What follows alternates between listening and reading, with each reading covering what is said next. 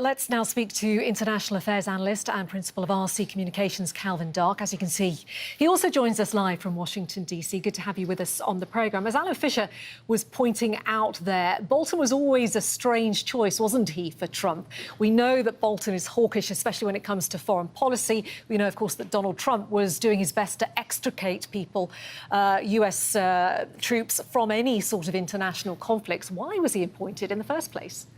Well, I think part of the reason was Donald Trump has made it very clear that one of the things he thinks is a mark of success is how you're able to come across on television. Now, John Bolton is not liked by a lot of people, and I think that's probably what John Bolton would say is one of his biggest accomplishments, but he was definitely outspoken on conservative media, and I think that Donald Trump thought if he brought him in, he would be able to help Trump carry out his foreign policy objectives while carrying that same outspokenness and kind of, I don't care what you think, just watch what we do attitude.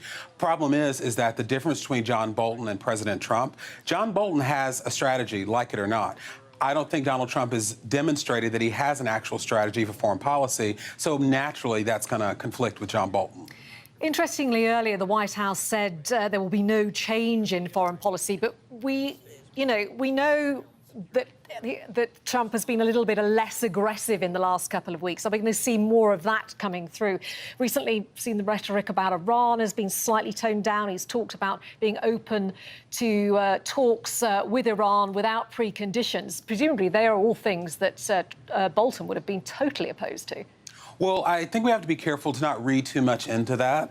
Yes, it is true that with Bolton out of the White House, in that kind of discussion of options, those hawkish options are not going to be pushed as strongly as Bolton would have done if he was there. But I think we need to remember, from President Trump's point of view, be it what's going on with North Korea, Iran, Russia, he's thinking about 2020, and he wants to do what will ever position him in a place of strength and a place of winning.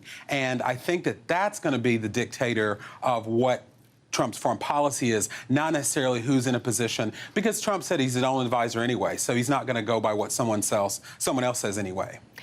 Is the president going to have any problems now with John Bolton? As you pointed out at the start of the interview, John Bolton is good on television. He likes appearing on television. He's never afraid to put his point of view across. Are we going to hear from him shortly, do you think? Oh, yes, the countdown has begun.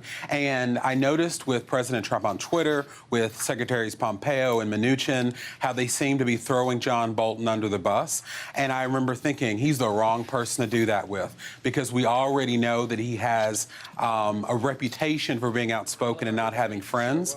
And now, with this unceremonious way of being kicked out, I expect for him to be going very public, which can be good for us, because we'll be able to see what was really behind the strategy and thinking, or lack thereof, on key international issues that we've all been wondering about. Calvin Dark, appreciate it. Thanks so much. Thank you.